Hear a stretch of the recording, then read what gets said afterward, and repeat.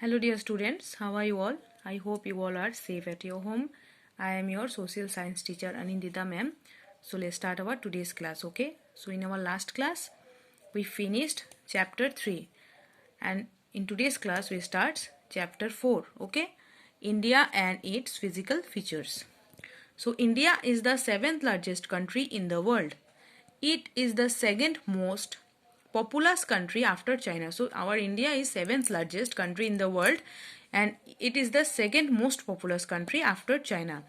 India is one of the most beautiful countries in the world. Okay, so our India is the most beautiful, one of the most beautiful country in the world. There are great diversities in its landscape, religions, languages, etc. The surface of its land is not the same everywhere. So our India's surface of this land, okay, is not the same everywhere. We have mountains, hills, plains, plateaus, and desert. Okay, so India, we have mountains, hills, plains, plateaus, and deserts. Okay, so the major physical features of India are, these are the 6 major physical features of India. Number 1, the Great Himalayas. Number 2, the Northern Plains. Number 3, the Deccan Plateau. Number 4, the Great Indian Desert. Number 5, the Coastal Plains. Number 6, the island groups. Okay, so number 1, the Great Himalayas.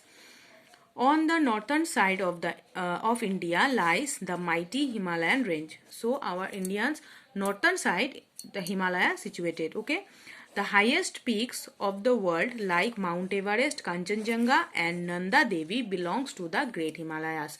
So these three highest peak, okay, Mount Everest, Kanchenjunga, and Nanda Devi is belong to Himalayas, Great Himalayas. The Himalaya is the highest mountain range in the world. So Mount Everest is the highest peak of the Himalayan range and also the highest peak in the world. So which is the highest peak? Mount Everest is the highest peak in the world. Okay, so many rivers like Ganga, Yamuna, Indus, and Brahmaputra originates from the snow-peaked mountains of Himalayas. So Ganga, Yamuna, Indus, and Brahmaputra are originate also the snow-peaked mountains of Himalayas, which flows down into the plains. Okay, these rivers flows down into the plains of India. The area of thick forest in the foothills of the Himalayas is called the Terai region. So in our Himalaya, this was thick forest. Okay, so this is called the Terai region. Number 2, the northern plains. The northern plains lie along the south of the Himalayas. So the northern plain is situated south of the Himalaya. Okay, it is also called the Indo-Gangetic plains. The plains have a flat surface. The plains remain fertile due to the flow of rivers like Ganga, Yamuna, Narmada, etc. The river Brahmaputra also flows through the northern plains. So Ganga, Yamuna, Narmada also flows, Brahmaputra also flows through the northern plains.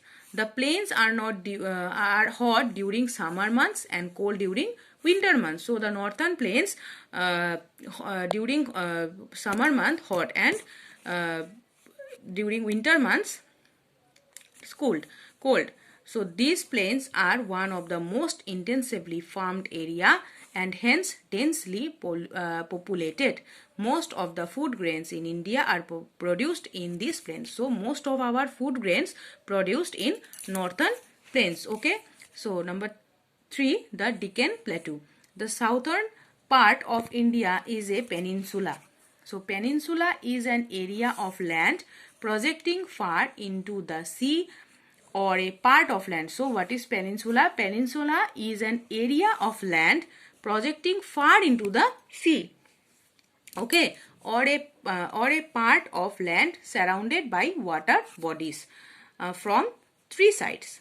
This part of India is also known as Indian Peninsula. So this part of India is also known as Peninsula. So go to the next page.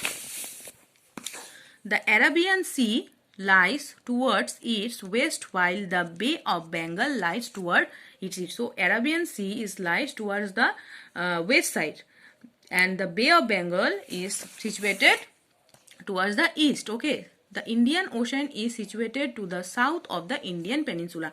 So our Indian Ocean is situated south of the Indian Peninsula. The land in this part of India has flat and uneven surface and is higher than the plains.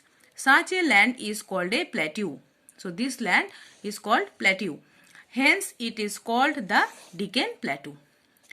There are many rain-fed rivers like Krishna, Kaveri, Godavari and Mahanadi. This region is very rich in minerals. Some parts of the plateau are covered with thick forest. Okay, so some part of the plateau, Deccan Plateau, is covered thick forest. This region has a moderate climate. Western Ghats are the mountains to the west of the Deccan Plateau. To the east of the Deccan Plateau are mountains. Okay, so to the east side of the Deccan Plateau are mountains called the Eastern Ghat. These are not as high as the Himalayan range. These are the narrow stripes of plain land along the east and the west coast of India.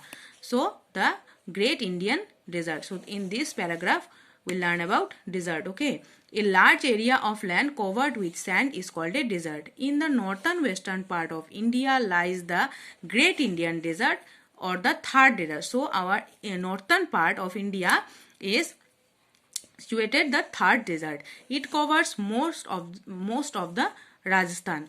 This area gets very scanty rainfall and hence vegetation is not seen here. So in desert area vegetation is not seen here. Okay, only plants like cactus can survive in this climate. So in our desert area only cactus survive in this climate. Camel is used as a means of transport and is called the sheep of the desert. So as we all know, camel is called the sheep of the desert, na? So camel is used as a means of transport in desert area. Here the days are very hot and nights are very cold. So in desert area days are very hot and nights are very cold. So the coastal plains. The coastal plains of India are a narrow stripe of plain land located along the Arabian Sea coast and Western Ghats on the west and Bay of Bengal coast and Eastern Ghats on the east. So the coastal plains of India are a narrow stripe of plain land located along the Arabian Sea. So Western Ghats or West Arabian Sea is located Western Ghat and the Bay of Bengal coast and Eastern Ghats on the east. They are called the Western Coastal Plains and Eastern Coastal Plains respectively. These areas are very fertile and have moderate climate all throughout the year. Okay, so our next page, the island groups. So an island is a piece of land surrounded by water. So an island is a piece of land, okay, surrounded by water. There are two groups of islands situated towards the east and the west of Indian Peninsula. So our Indian Peninsula, there are two groups of island, okay. One is east and one is west. So the Andaman and Nicobar Island are in the Bay of Bengal to the east, and the other is the Lakshadweep. So in our east, in the east side, Andaman and Nicobar Island is situated, and in other side Lakshadweep situated. Okay, island in the Arabian Sea of the west of the Indian Peninsula. So Lakshadweep Island is situated to the west of the Indian Peninsula, and the Andaman and Nicobar is situated to the east of the Indian Peninsula. Okay, student. So this is the chapter 4. I explained the chapter, and the question answers I will give you in your next class. Okay, students. So thanks for today's class. Take care yourself. Okay, and bye bye.